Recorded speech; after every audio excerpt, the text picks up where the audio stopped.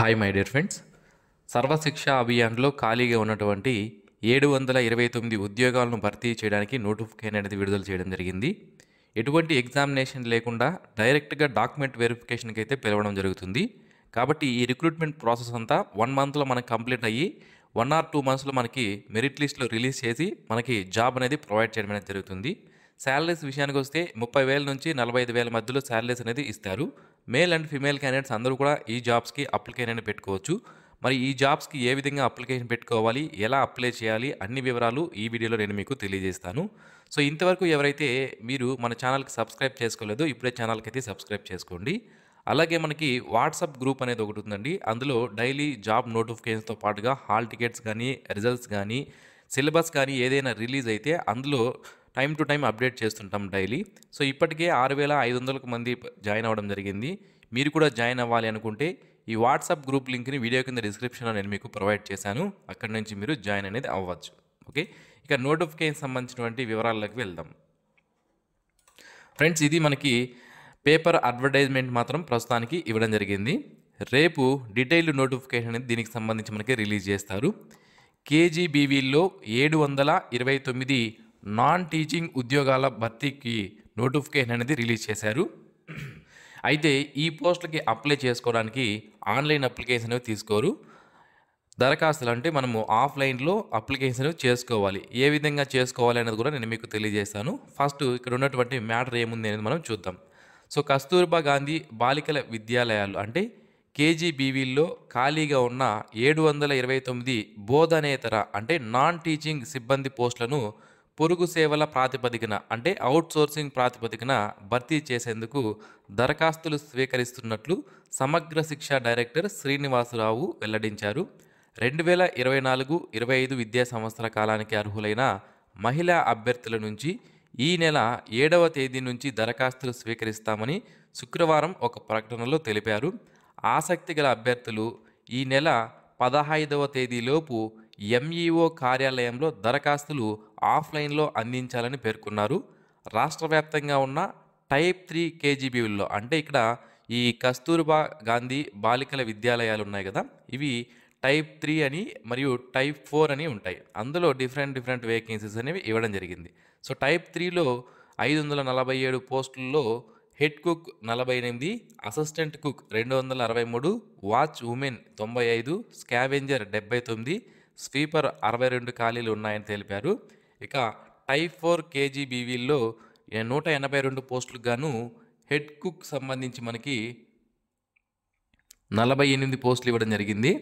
అలాగే assistant cook సంబంధించి 76, చౌకీదార్ 58 ఉన్నాయని వివరించారు. ఈ నెల 7వ తేదీన జిల్లా మండల స్థాయిల్లో పేపర్ నోటిఫికేషన్ విడుదలవుతుంది. మండల జిల్లా స్థాయిల్లో వచ్చిన దరఖాస్తులు 21వ తేదీన జిల్లా స్థాయి ఎంపిక కమిటీకి వస్తాయని పేర్కొన్నారు. వీటిని ఆప్కాస్ చైర్మన్కు 22వ తేదీన పంపుతామని వెల్లడించడం జరిగింది. ఇక్కడ ఆప్కాస్ అంటే అవుట్సోర్సింగ్ కార్పొరేషన్ అని అర్థం. ఓకే, అయితే ఈ పోస్టులకు ఏ విధంగా అప్లికేషన్ చేసుకోవాలి అంటే మీ దగ్గరలో ఉన్నటువంటి అంటే మీ మండలానికి సంబంధించినటువంటి ఎంఈఓ కార్యాలయం, మండల్ ఎడ్యుకేషన్ ఆఫీసర్ అంటాం కదా, సో అక్కడికి వెళ్ళి అక్కడ మీకు అప్లికేషన్ అనేది దొరుకుతుంది. ఆ అప్లికేషన్ తీసుకొని ఫిల్ చేసి అక్కడే మీరు ఇవ్వవలసి ఉంటుందన్నమాట. దానికి సంబంధించినటువంటి మీ యొక్క క్వాలిఫికేషన్ సర్టిఫికేట్స్, ఎక్స్పీరియన్స్ సర్టిఫికేట్స్ ఏమన్నా ఉంటే మీ యొక్క క్యాస్ట్ సర్టిఫికేటు ఇవన్నీ కూడా అటాచ్ పిన్ చేసి అప్లికేషన్ ఫామ్ ఫిల్ చేసి వాళ్ళకి మీరు ఇవ్వవలసి ఉంటుంది. ఇక్కడ ఎంఈఓ కార్యాలయంలో అప్లికేషన్ అక్కడే దొరుకుతుంది. మళ్ళీ తిరిగి అప్లికేషన్ కూడా వాళ్ళకే మీరు ఇవ్వవలసి ఉంటుందన్నమాట. సో వన్స్ ఈ విధంగా మీరు అప్లికేషన్ ఇచ్చిన తర్వాత మనకి 15వ తేదీలోపు అంటే 7వ తేదీ నుంచి మనం అప్లికేషన్ అనేవి ఇవ్వవచ్చు. లాస్ట్ డేట్ ఎప్పుడు అంటే 15వ తేదీలోపు మనము అప్లికేషన్ అనేవి చేసుకోవాల్సి ఉంటుంది.